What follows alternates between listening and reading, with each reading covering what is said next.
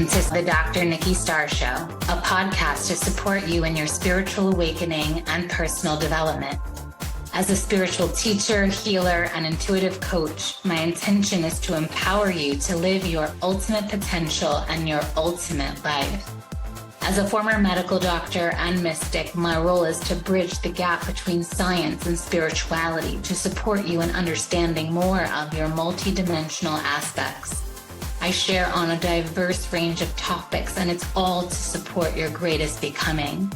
My mission is to continue reaching millions of people for the healing and awakening of humankind for the creation of the new earth. Thank you for being here. Hello, everyone. Welcome to another episode of the Dr. Nikki Starr Show, and we are in the season of spirituality. And today we are going to be talking about divine support and spirit guides.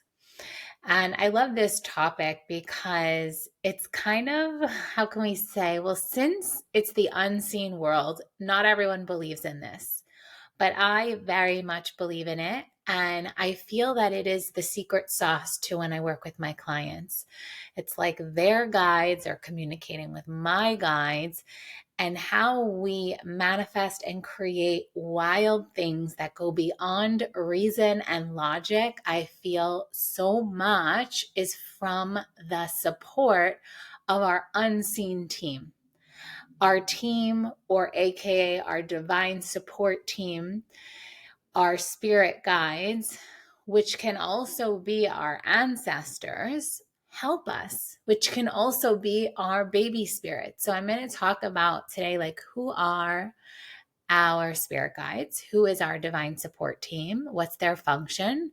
How they help us, how you can connect to them. And in the bonus content, I'm going to guide you through an experience to connect to your top 5. And it's something, I'll say that for the bonus content, but we'll just get into it here. So since a young age, I feel like I could connect to and see the other realm, the beyond the veil, the unseen space that is also co-creating reality with us. And then when I became a medical doctor, I feel like it was even more obvious. And the form through which I feel I am communicating with the beyond is through my intuition and through what we like to call cities or spiritual gifts like clairaudience, clairvoyance. So clairvoyance is when you see images, clairaudience is when you hear things. And I always felt that I had this other sense that told me to do things or not to do things. And just by honoring and following that, I felt that I knew what to do, when to do it, so that I could invite opportunities and miracles and synchronicities into my life. And when I broke free from the matrix, which is when I had my spiritual awakening and when I chose to leave Western medicine for this more alternative, progressive, revolutionary life that I live now, that does not use any form of logic really, is when my life started to happen in the most beautiful ways, where I traveled the world and touched every continent except Antarctica by the age of 25, where I went on my spiritual awakening journey around the world and worked with many healers and shamans and awakened to my own lineage, that I come from a lineage of Colombian shamans and healers. And when you are working as a spiritual healer and a shaman, you are so much communicating with the unseen world, because our world is so much more than what we can see. And in the unseen world exists the spirit of the elements, exist nature spirits, exist spirit guides and spirits, and all energy, basically. And the foundation of everything is energy first, and then energy becomes manifest into the physical realm. So for me, developing this skill to connect with your divine support team and to be able to listen and communicate with them is a huge game changer. And if you can't yet do it yourself, it serves to work with a mentor, a guide, a healer. And that's where my work comes in. So not only have I been the practical coach who uses the logic and the steps to get the tangible results, my work is also very mystical. And it's mystical because where we get the information about which goals and which action steps comes from that intuitive connection and communication between my highest self and your highest self, my spirit guides and your spirit guides. And they can see far beyond what our human can see. And that's what intuition is essentially. It's where you have information that you're not sure how you know it or where it comes from, but it comes from some part of the universe and you're able to tap into it. And you're able to tap into this information to make a better choice and a better decision, because humans are bound by space and time, but spirit is not bound by space and time. So your spirit guides are not bound by space and time. And so who are your spirit guides? Your spirit guides can be connected to any form of a lineage, a spiritual lineage or an ancestral lineage that you've had. It can be connected to parts of your oversoul. So in other programs, I'm not sure if in the podcast yet I have shared about this, but essentially your spirit is the energy part of you that is incarnated into this life that has the personality of you. Your soul is like the ocean. We could say your spirit is the drop of the ocean, and your soul is the ocean. That is the energy field from which all of the spirits from all of your lives, past and future, come. So there's this common thread, but in every life, you're a different person, And so your spirit is more that individuation of the person, and your soul is more of that common thread. It shares a vision, it shares a mission that you continue on in every life. And this is why you often incarnate with similar souls, with similar spirits that you have had other lives with. And then your oversoul is connected to this grander cosmic mission, which could be connected to Christ consciousness, for example. And there's many different lineages. You can come from solar lineages, etc.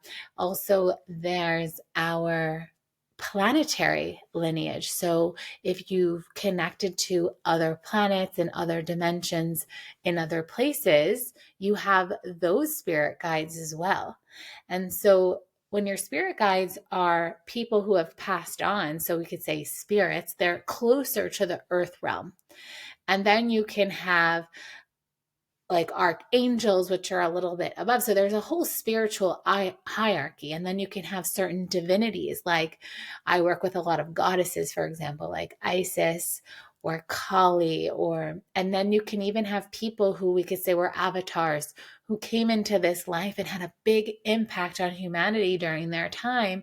And they came in more enlightened than the others. So with certain spiritual gifts already activated. So someone like Buddha or Yeshua, aka Jesus, they came in with these spiritual gifts, Mary Magdalene, Mother Mary, and that's why they still are a part of our history, and everyone knows who they are. They stand for so much of what people aspire to.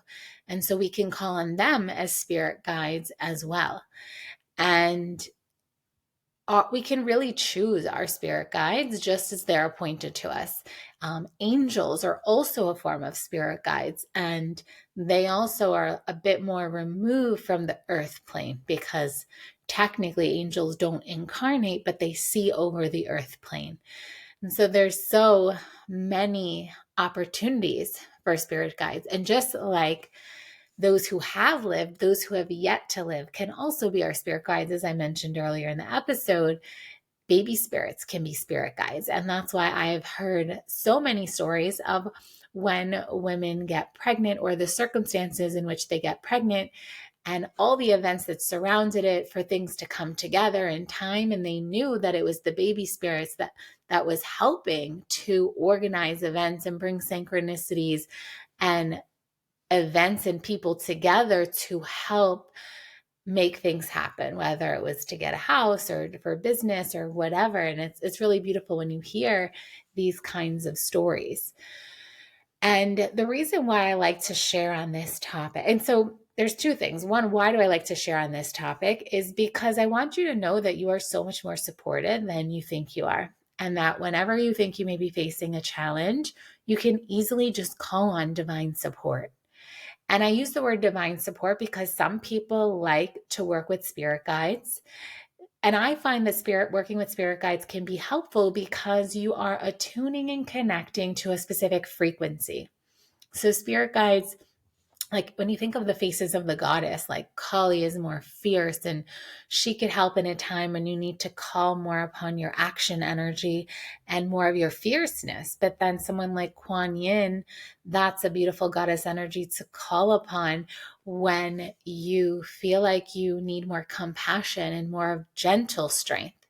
So each one has a different flavor, and we can really take on their attributes and traits to support us. So, for example, when I'm working with couples or even in my own relationship, when I'm wanting to support us in living in divine union even more, which is greater love and harmony and peace, and that bliss that we know that being in love and relationship can provide for us, I call upon the guardians of the twin flame or the divine union relationship, which were Yeshua and Mary Magdalene, Isis and Osiris, Lady Portia and Saint Germain, and they lived in time and have known to have the greatest love.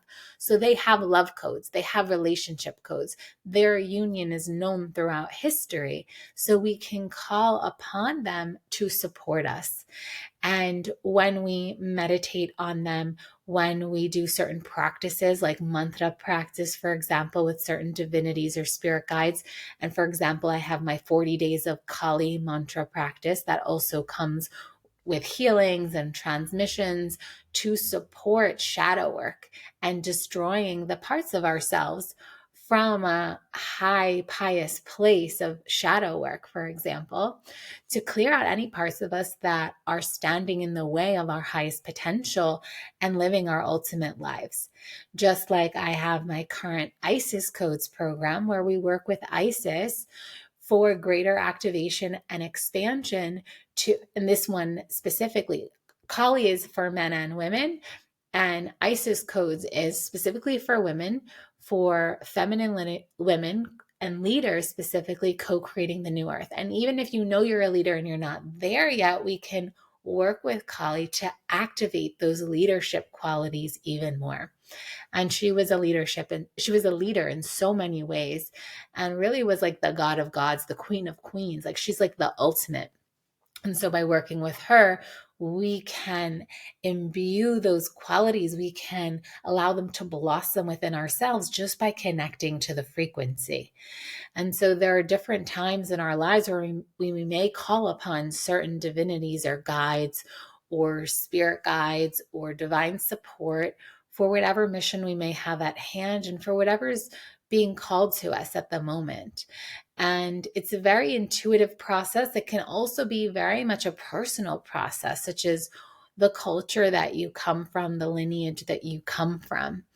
And you don't even have to know all of your guides. And sometimes your past life spirit can be one of your spirit guides. Because as I've shared before, when we've talked about past lives, all of your past lives, you develop inside of them, you developed qualities and aspects and you mastered certain skills.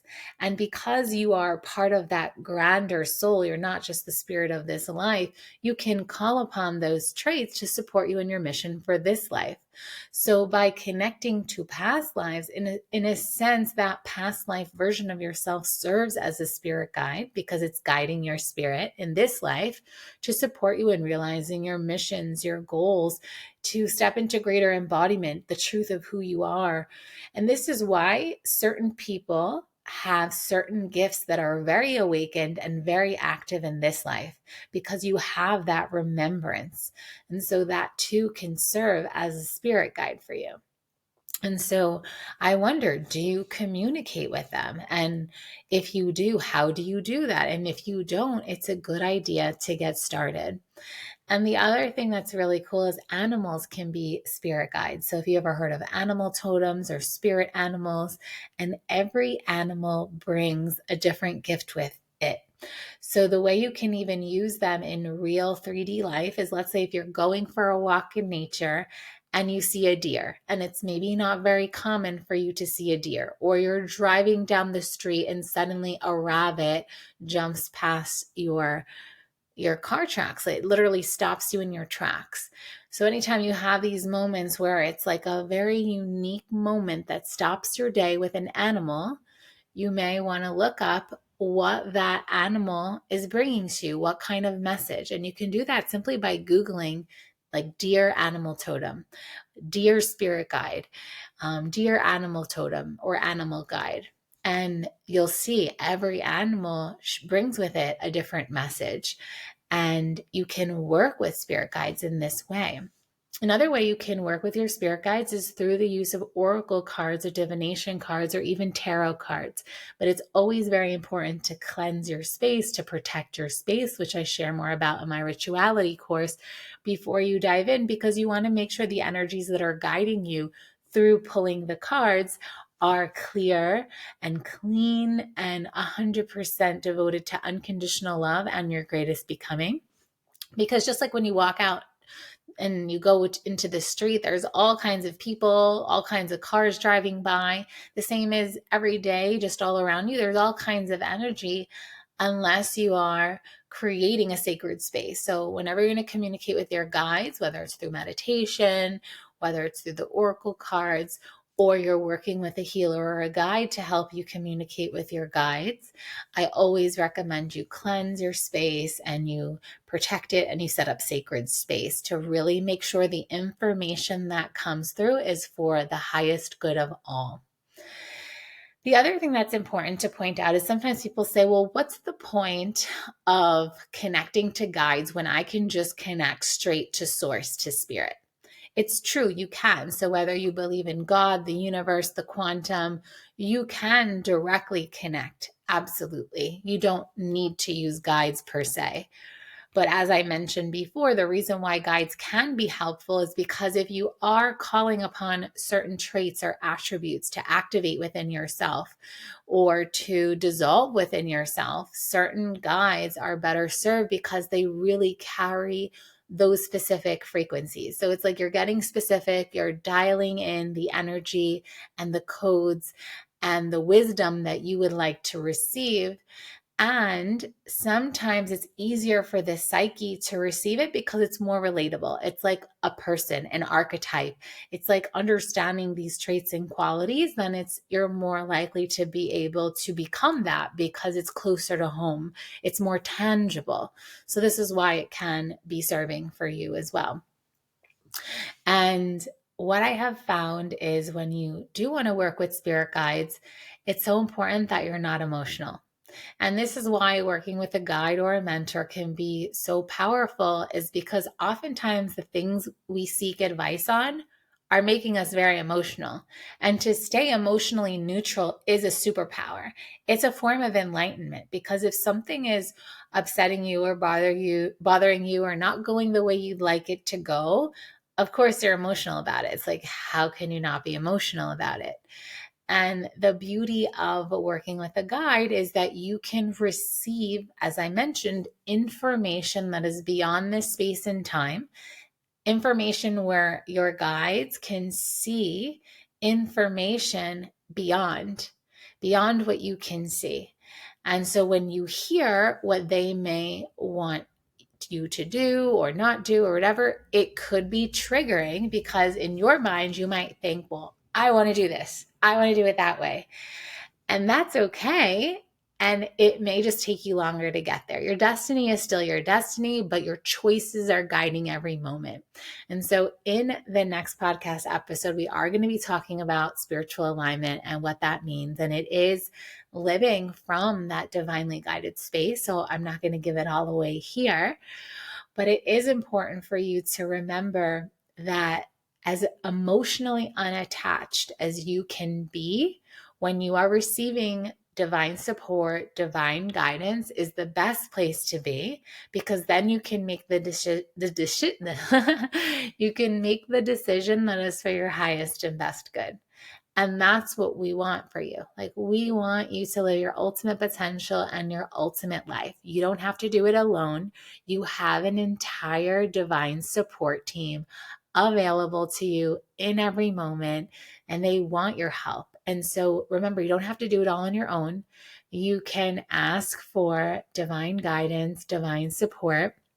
And in the bonus content, I'm going to share with you 2 practices.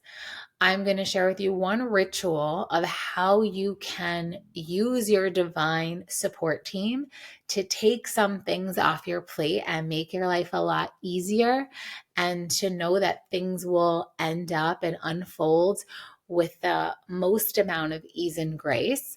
And I'm also going to guide you through a process to connect to your spirit guides, and also if it's specifically around a certain topic or if it's just in general. And you can use both practices over and over again, and you can use them in the way that I've shared, as well as change them a bit to fit what it is that you need support on.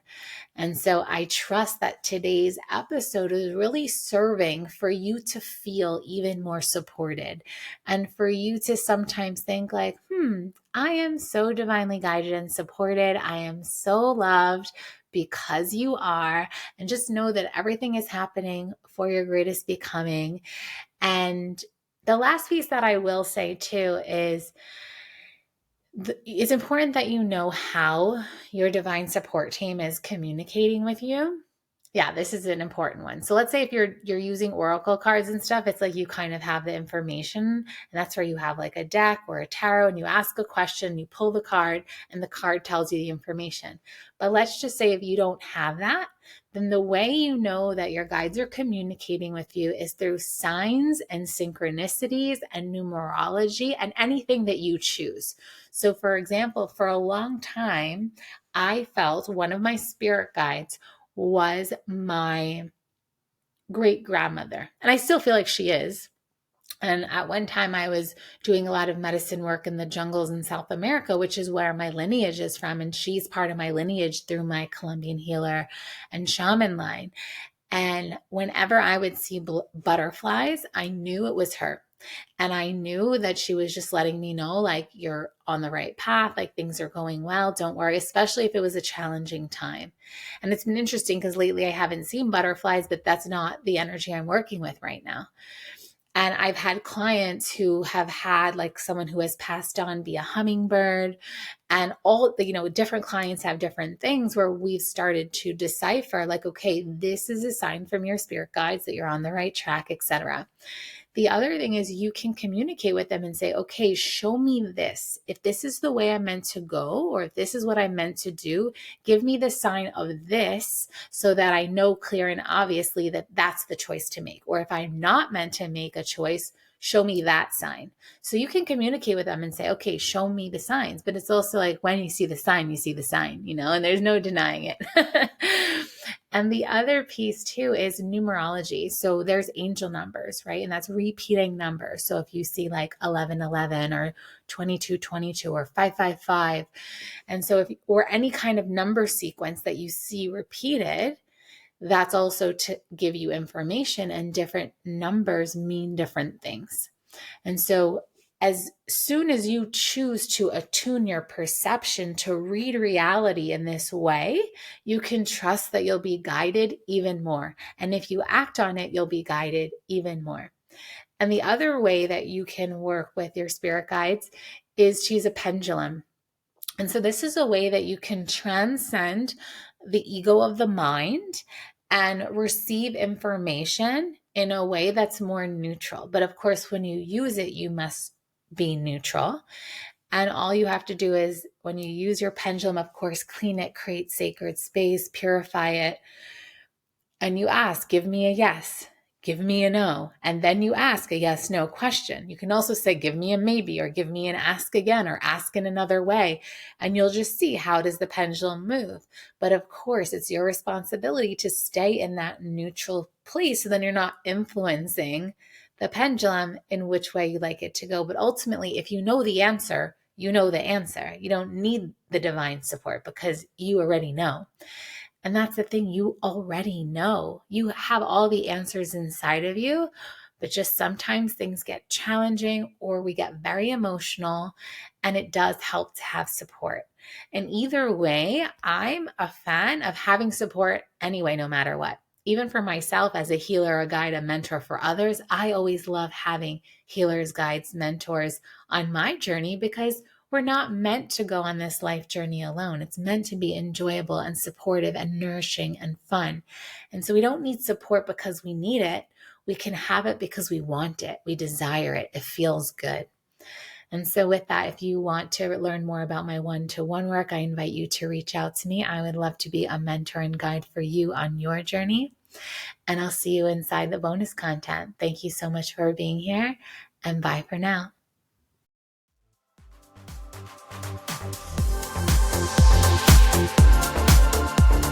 Thank you for tuning in to another episode of the Dr. Nikki Starr Show. Please like this podcast and share it with anyone you feel would benefit.